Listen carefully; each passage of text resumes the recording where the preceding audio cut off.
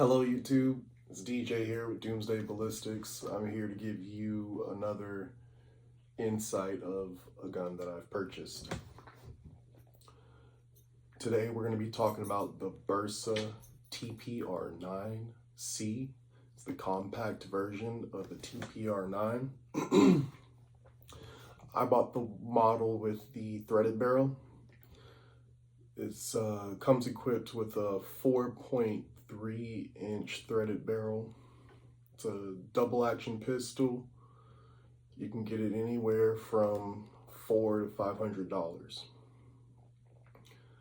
It has dot sights. They're white dot sights on the front and back, and it holds 13 rounds in the magazine. So let's have a look at it. I'll go ahead and talk about it a bit.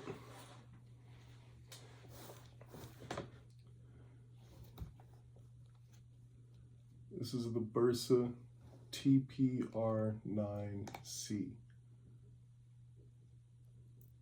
Double action. First of all, let's drop the magazine is empty. Chamber is clear. Do a visual inspection, a physical inspection. There is no bullet in the chamber.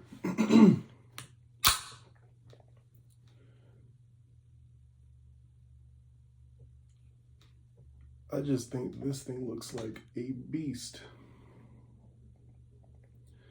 Now, it comes with a threaded barrel, but I do not believe that these are suppressor height sights.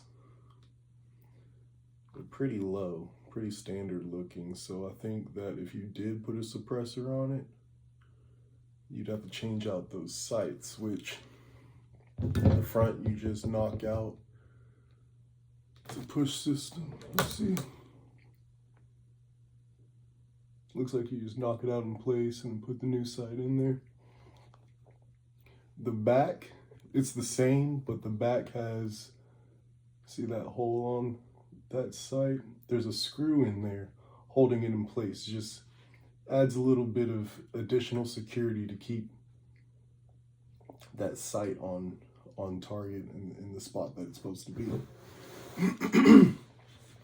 It is double action, so when you pull the slide back or when the slide goes back, as you fire, that hammer goes back. It does have ambidextrous safety, which is also a decocker. Pretty nice. That's very important to me whenever I buy a gun, to be able to make sure that I'll be able to operate with any hand in case something happens to my main hand. It does have a light rail on the bottom with one slot so that you can light a flashlight or a laser, whatever your preference is. And then that slide stop is going to be that second notch right there. So the first one is your safety decocker, and that second notch right there is going to be your slide stop. It comes, it's a steel frame gun. That's also something I look for whenever I purchase. Steel frame and completely ambidextrous. It got safety on both sides, and if I wanted to, it doesn't have the mag release on both sides, but I can swap it out to the other side. Good enough.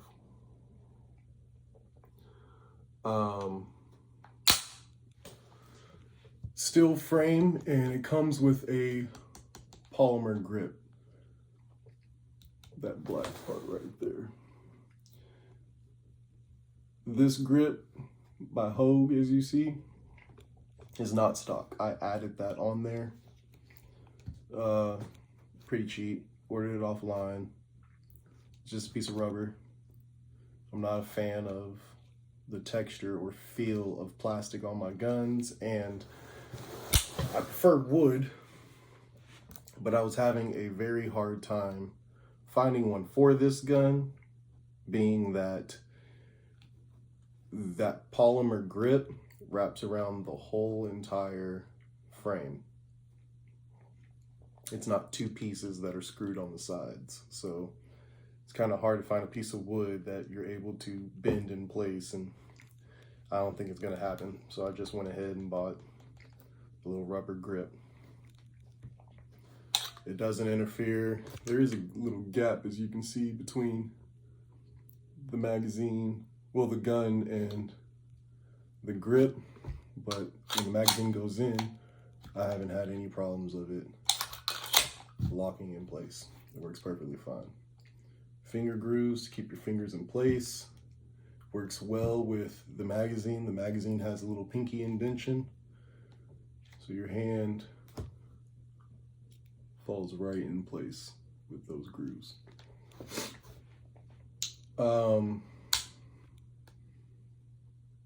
Let's talk about trigger pull. I'll show you that. So in double action mode, meaning the trigger pull is activating the hammer, pulling the hammer back and releasing it. You got a nice amount of pull. It's not light either. It's a pretty heavy stern. You get all the way to the back. It does have that trigger stop on there, so it's not coming in contact with your frame there. That stop is going to, and then your single action, where your trigger pull is releasing the trigger. On both, you know, it's smooth and then it stops. There's a wall, and you break that wall. Takedown for this is simpler than any gun that I've ever owned. For the threaded barrel version, you have to unscrew the cap because you're not going to be able to take the barrel off through the slide. See, there's a third lever on this side. See that one? You have your safety, your slide stop. This one you have your safety, slide stop, and then there's a third notch. What could that be for? Well, if you pull it down, mind you, you can't do this with a round in the chamber.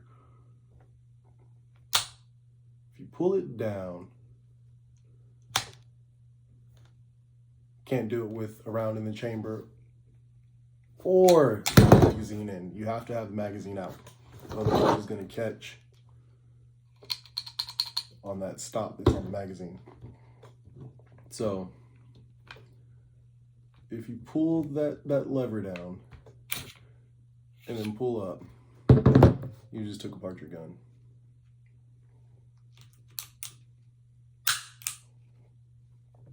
Simple as that. In here, you have your spring, which is a pain to get back in place. Let me not drop you guys.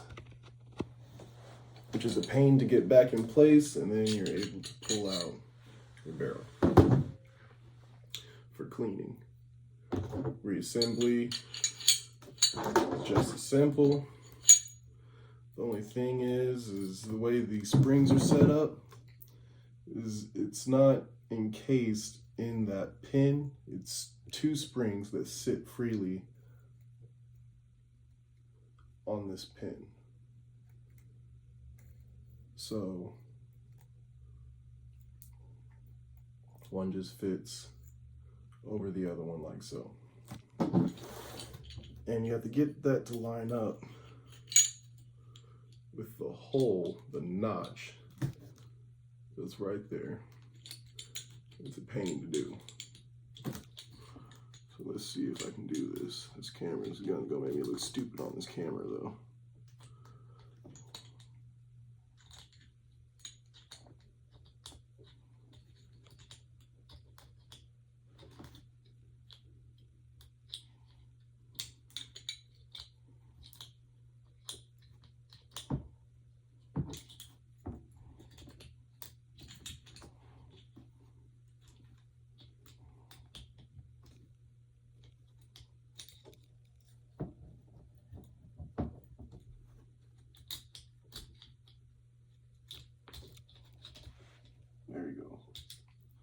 and you just fit it into the notch where it sits in on the barrel. You can put back on your cap. It's a little greasy, so it's falling out of my hands. Got to keep the gun oiled.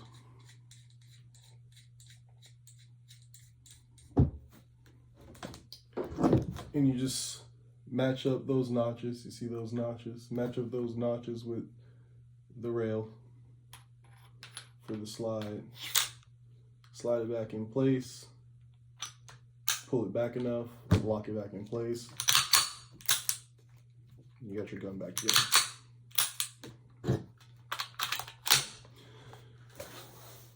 Shooting this gun was very fun for me, because this was definitely an upgrade from what I was carrying around before. I was carrying around, this is a 9mm pistol, by the way. I think they make it in a 40 or 45, but I want a 9. Before this, I was carrying around a 380, and the 380 didn't have any bells and whistles. It was just a gun that shoots bullets. It didn't have the rail for the light, threaded barrel. And this one does not have a space or slot or a way for you to mount a red dot or a sight. Now, they do make dovetail adapters where you can knock that sight out and put a plate on it through that mounting system right there. But I don't even care about red dots. Doesn't fill my fancy. What was important to me was the light and threaded barrel if I wanted to add a suppressor.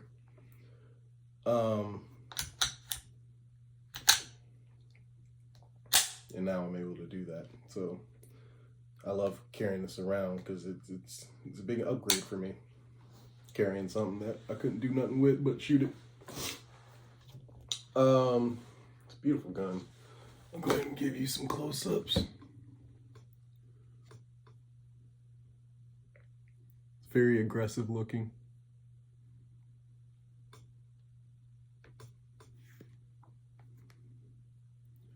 TPR9C. This is what, made in Argentina.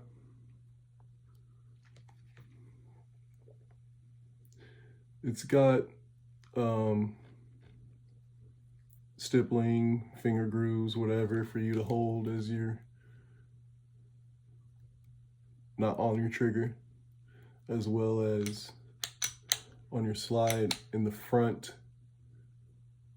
and the back here. Gives you a little bit more grip when you're trying to check for a live round or pull back on that first initial loading. You also have some stippling and some grooves on the hammer. Makes it a little more resistant to slipping off your finger.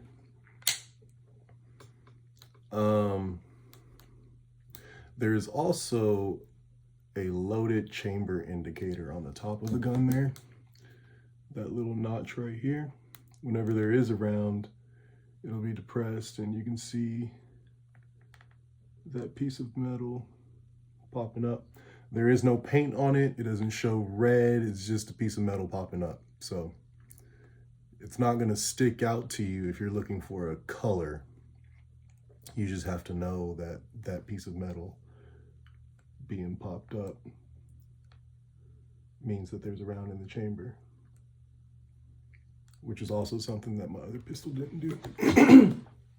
So I'm happy that I got that. There is a way to lock the pistol. When you get it, it comes with a little key. So if you're leaving it around your house, you're able to engage that trigger lock so the gun can't operate until you unlock it, of course. which was another feature I thought that was cool. I never use it because what's the point of locking your gun and then going to grab the key and not being ready when the time comes? It was a nice little gun. Shooting it was very fun. I will say the first time I shot it, I wasn't sure if I needed to shoot it more and break it in a little bit. I didn't know, because I had heard that, you know, certain guns have a little break-in period where you have to keep shooting it until it becomes smoother. Because what was going on is I was shooting the gun and the bullets would come out of the ejector and fly right by my face or hit me in the face. I was like, oh man, I can't have that. You know, bullets are hot. So I think the last time I went out, I was shooting it, and it happened again, and the other guy at the range pretty much said, yeah, it's just the way the gun's built. If you hold it, not sideways, but if you angle it a little bit more, it should fly out in the other direction. I don't know if there's any truth to that, but next time I go and shoot it, I will try it and see if that helps. It sounds logical, but again, that's something to look out for if you're trying to buy one of these. Nice little gun. Now I can add something down here, be a light. You're able to see what you're looking at in the dark. What I will do is put some night sights on this eventually. Little tritium, little green dots or something. Make it pop out at night to coincide with that light. If the light is out of battery and I'm not able to use the light, we'll use that.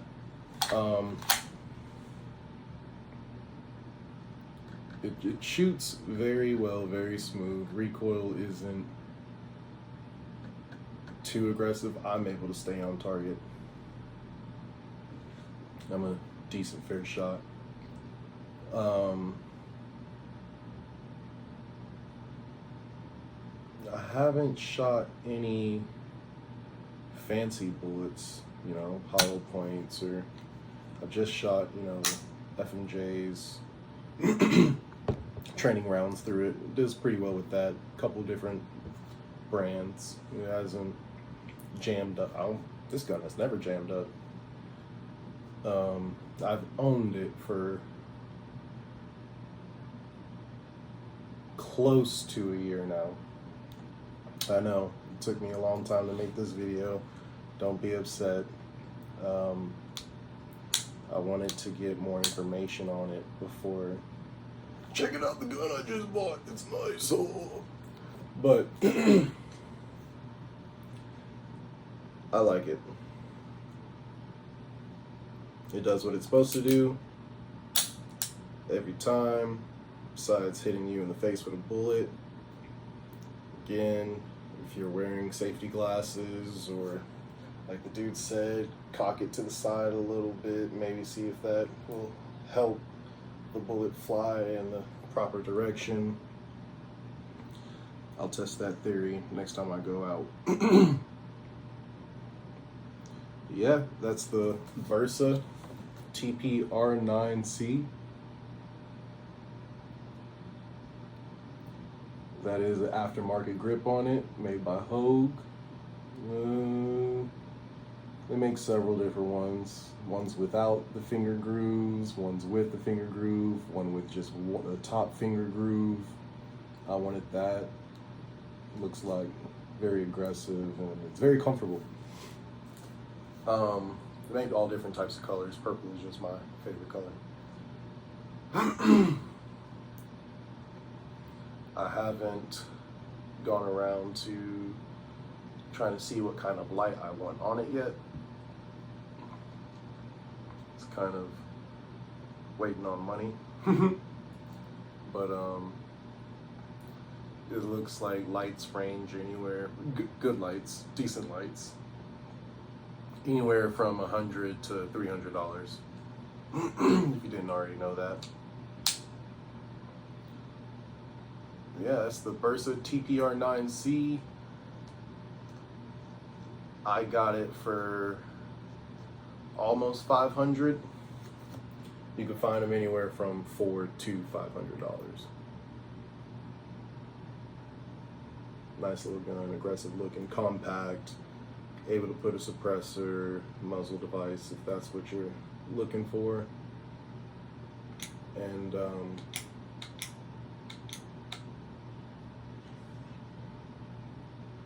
thanks for watching. This is DJ with Doomsday Ballistics. Be safe, take care, keep shooting.